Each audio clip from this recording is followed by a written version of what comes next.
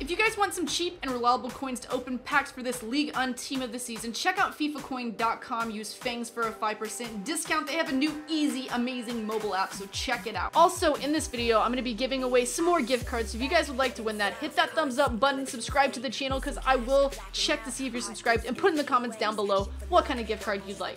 Hey guys, how's it going? It is Fangs, and welcome to a different kind or style of video on my channel. Today, I say different, I used to do something a little bit similar to this back way back when I had a little something called story time. Story time today is going to be the story of how I was cheated on. A lot of viewers, no matter what their age is, they could be, I don't know, 13 within a relationship, or they could be 28 in a relationship. They've broken up maybe because they've been cheated on. I know when you're like 13 it's a little different. I think I had a boyfriend when this would actually be considered the first time I was cheated on. Whenever I was like 10, I had a boyfriend, his name was AJ, and I was like so into him. We'd been dating for like 3 weeks, and he happened to like peck or kiss my cousin Samantha on the cheek, and I was cheated on and I was done. But that's not, like, as you get older, feelings and things get more into it, and at the time I was, obviously, you know, I've been in the same relationship with my husband for nearly 14 years, 13 and a half years, in June or July, I think it's in June. Yeah, this month actually. 13 and a half years, and it's been a great relationship, but before that, I was in another relationship, and it was with a guy who I happened to meet.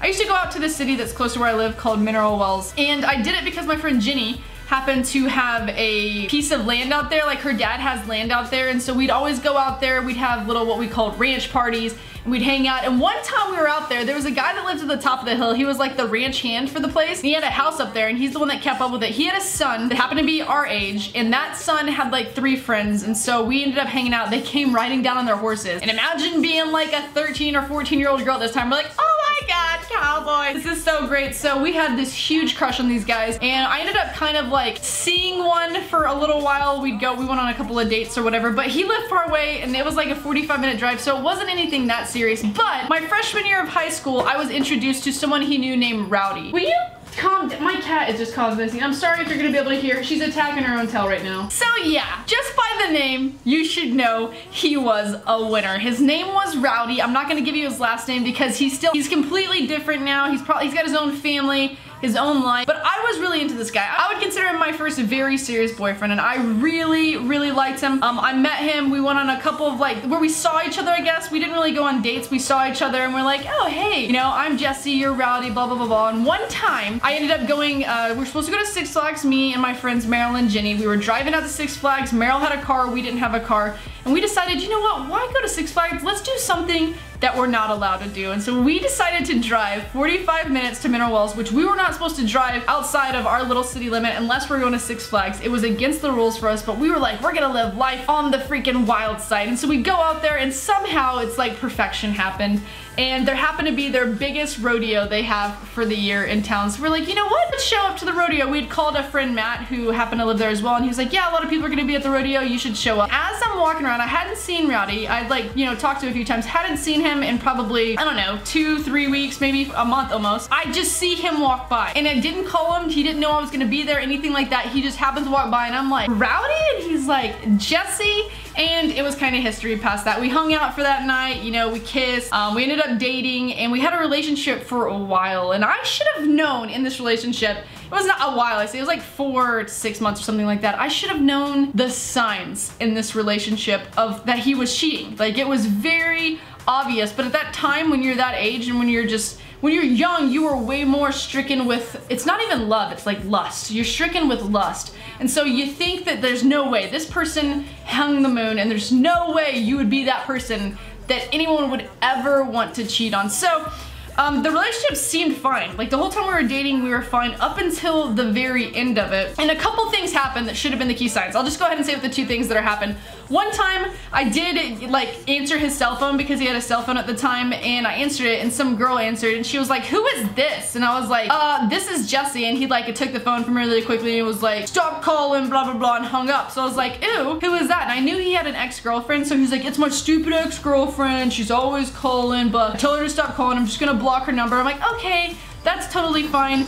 But, you know, okay, at that point, maybe that happens. With Will, he even had an ex-girlfriend who would text and try to do crazy things. So that could have been the case. But when it came past that, by the way, let's just take a picture. I need to put it up here right here. This is me and Rowdy. So this is the guy I was dating, so you kind of get a visual of the two people going on here. I don't have a picture of the person he cheated on me with, because it was one. I mean, it could have possibly been more than that, but it's one that I only knew of. So he was a winner to my parents as well. He was a high school dropout. He was 17 or 18 whenever I was 15, so my parents already hated the idea of him coming, and he did the stupidest thing ever. When he came to visit them, he had no idea what the SAT was, and they were like, because obviously he dropped out of high school, they were like, so, Rowdy, what'd you make on your SAT? Because I didn't tell them that he dropped out, and he's like, oh yeah, I scored like a 400 or something like that, which is like, you have to literally, you would not fill out your name if you scored a 400. You just would have just turned it in. So I was so embarrassed. My parents hated him right away, and I guess they kind of knew. My dad kind of had a vibe on him that he did not like. So that was the beginning of that. He was always out traveling, trying to do rodeo stuff and all that kind of different thing. And I would try to go meet him at his rodeos, and he was always like, no, like, don't worry about it. I'm out here with so-and-so working and blah, blah, blah. I should have known at that point. Whenever they're denying you coming out and hanging out with them, and they're telling you like, oh,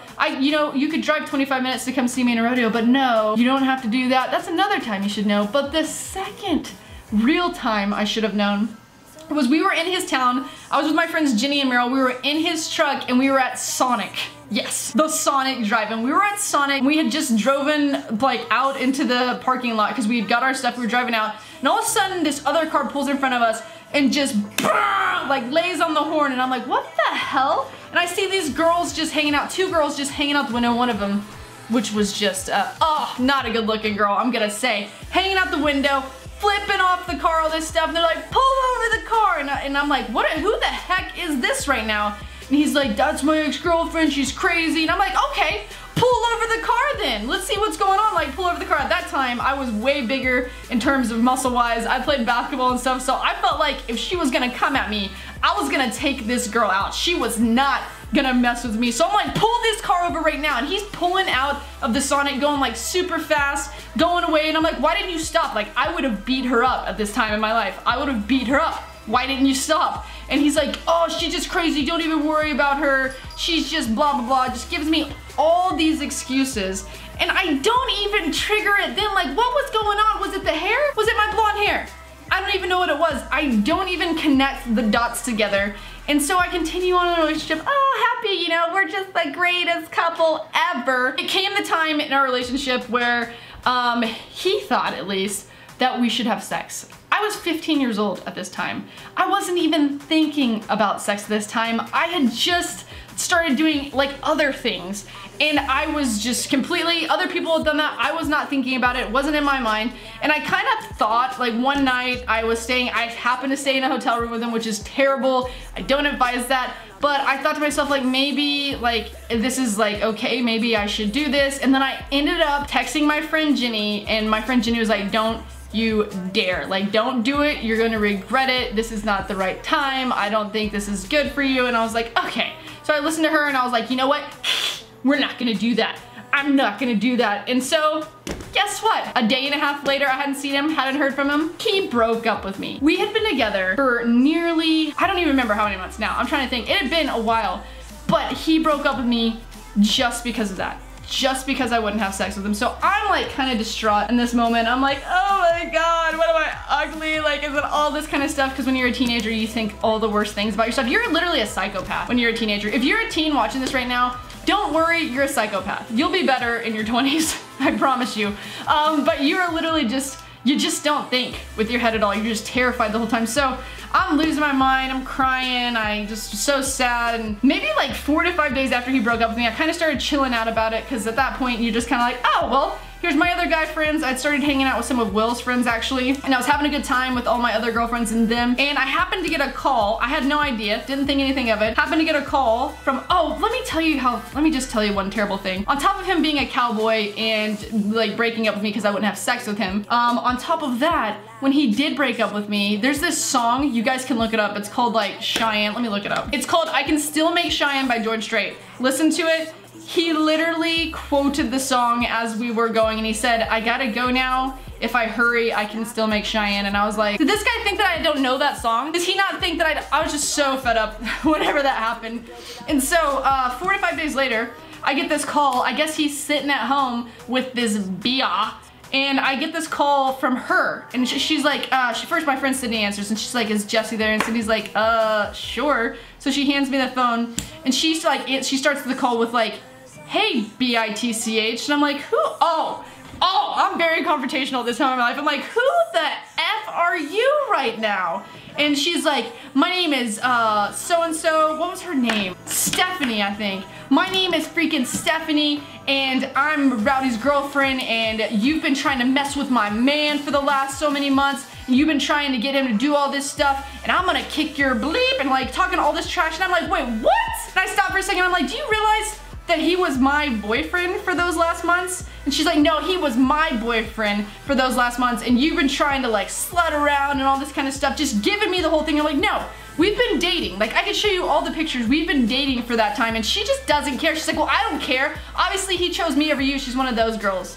One of those girls who doesn't care that their man's cheating on them. They're just like, oh, well, he chose me over you after he, those type of people. Oh, but at this point, I'm furious. I am furious. And so I get in my car, I pick up Jenny, and I'm like, we're going to Mineral Wells. I'm done with this guy. Like, I'm gonna let him have it. I put some freaking baseball bats in the back of the car. I'm ready. I am mad. I am furious. And so I drive that whole 45 minutes. I get there. I go looking for him. He lived with his grandma. I go looking for him at his grandma's house. He's not there. I end up going, I think, driving around. I ended up running a red light, actually. It was pretty terrifying. I almost got in a huge wreck because I'm so distraught at this time. And we find his car, and he's not there because we go back to his grandma's house. We find his car, but he's not there. So I let a big old baseball bat go into the front of his headlights because I'm pissed. And that made me feel better, at least at that time. But after that, I'm like, you know what? I'm not gonna find him. I'm not gonna talk to him. Screw it. I'm just gonna drive home. I end up driving home, and so it turns out the entire time I was dating him, he had another girlfriend. That girl that was following us around in that car, that was his girlfriend. And the one that had called and she was like, who is this? She was the same as me. She was his girlfriend, although she was the dumb one at the end who ended up being like, oh, well, at least he chose me over you. Cool. Cool, you get to keep a guy who's an a-hole and who makes you feel terrible, because at that point, at that age, you know, you just don't think correctly. So I'm thinking like, God, I must have been ugly, or maybe I should have had sex with him, or maybe I didn't do something right. And I had all these stupid things going on in my head whenever it really was just the fact that he was some guy who thought he was a player and did play me very well, actually, to be honest. Touche to him. He played the crap out of me. But he was mean. He was a mean person. And maybe he's not like that anymore. I don't know. I don't know what his life is like or how he turned out.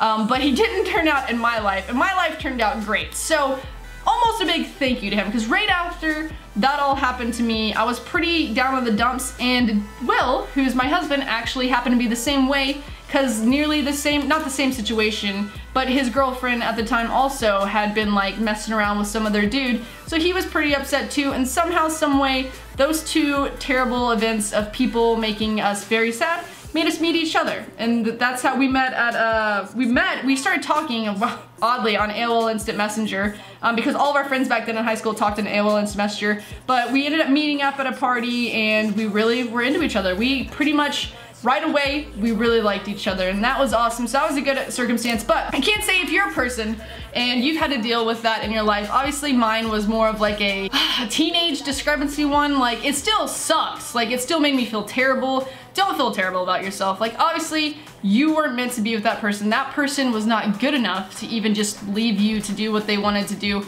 and they're not good enough for you in the end. You're gonna find somebody else who's gonna be better, and you're gonna find something that's better. You just have to get past that little heartbreak that it gives you in the beginning, because it just kills your self-esteem. It makes you feel bad about yourself, but don't feel bad about yourself. You know what? They're just an a-hole, and you will find someone who's not gonna be like that a-hole, and then you can rub it in their face in the future. That's what my moral of my story for this is today, because I know I see that happen, and people get sad, even with just a breakup. People get sad that it happens.